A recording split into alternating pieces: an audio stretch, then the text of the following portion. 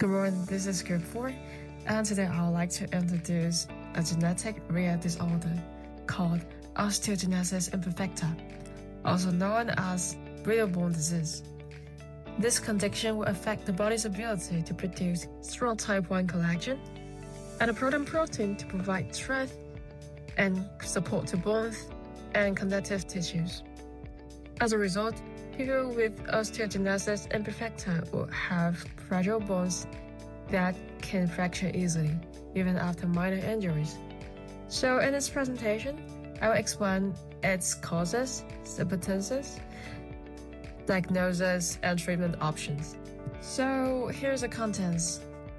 Osteogenesis imperfecta, also known as OI, is a rare inherited connective tissue disorder that is usually caused by mutation in the COL1A1 or COL1A2 genes. These genes are responsible for producing type 1 collagen, an important protein that helps support bones, tendons, and skins. Once the type 1 collagen is not made properly, the bones become weak and fragile. People with OI often have lower bone mass and may experience frequent fractures even after minor fall or injuries. OI is classified into 4 main types. Type 1 is the mildest form and usually causes few bone deformities, while Type 2 is the most severe and often fatal before or shortly after birth. 3 or 4 are associated with progressive bone deformities and frequent fractures. Common symptoms will include blue or gray sclera, white part of the eyes, hearing loss, flexible joints, brittle teeth, and easy bruising. Why early intervention can be used in osteogenesis imperfecta? Here are 3 key phrases: clinical urgency, the golden window, and evidence-based impact. First, clinical urgency. Since osteogenesis imperfecta is a condition where bones are fragile and can break easily. In early life, children with OI may already experience frequent fractures, even from small movement. If this is not managed early, the condition will get worse. Children may avoid movement because of fear or pain. These will lead to weaker muscles and more bone problems. That's why early intervention is needed. It helps reduce injuries and prevents a negative cycle of less movement and more weakness. Second, the golden window. Early childhood, especially from birth to around 6 years old, is a very important period for growth and brain development.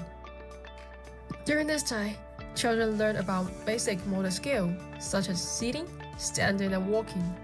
For children with OI, this is the best time to learn safe ways of moving. Even though their bones are fragile, they can still develop movement skill with proper guidance. Early intervention helps them build confidence and avoid being too inactive. Third, evidence-based impact. Research shows that early intervention brings clear long-term benefits for children with OI. With physical therapy, safe movement training, and family education, children can improve muscle strength and joint stability. This helps reduce the risk of fractures. Early support improves daily function and independence, and it helps family provide better care at home.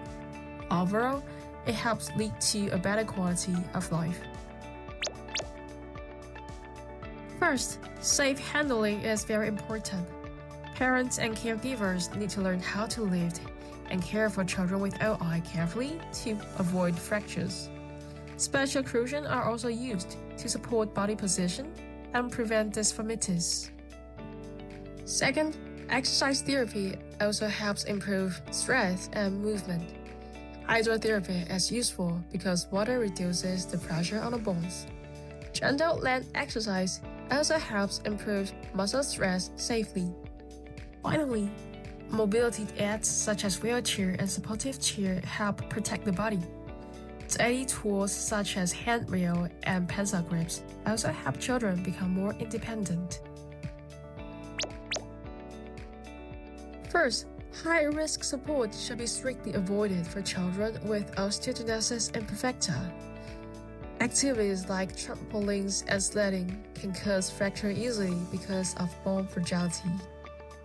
Second, physical education classes should be adopted, and rules should be modified so children can participate safely without high-impact movement.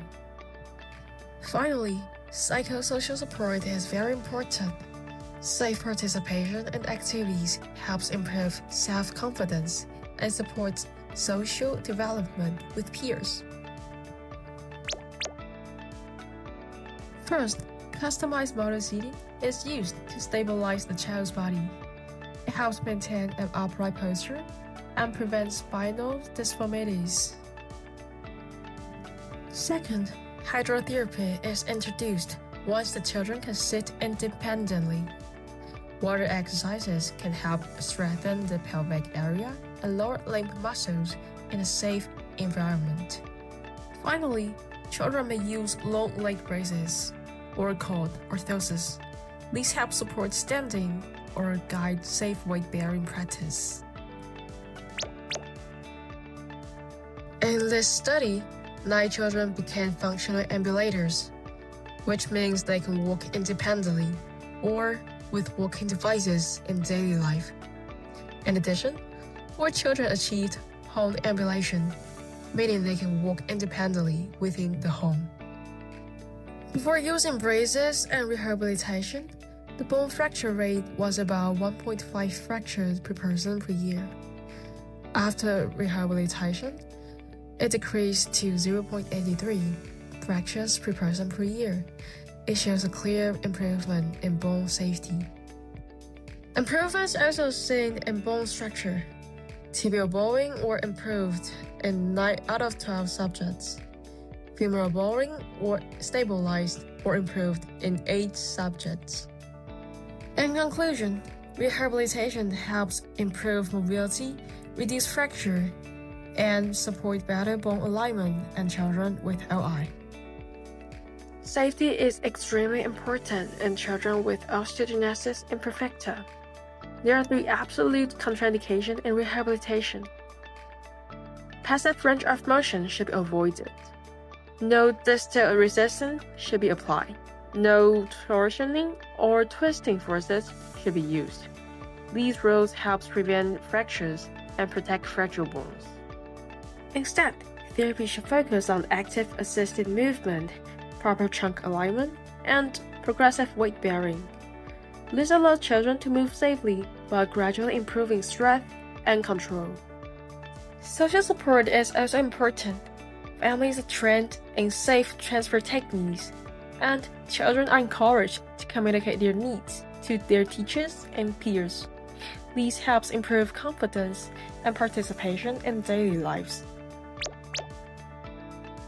By strictly adhering to safe clinical protocols, intensive early intervention serves as ultimate catalyst, slashing fracture rates, restoring functional mobility, and empowering children with severe OI to transition from passive bone protection to active school and social independence.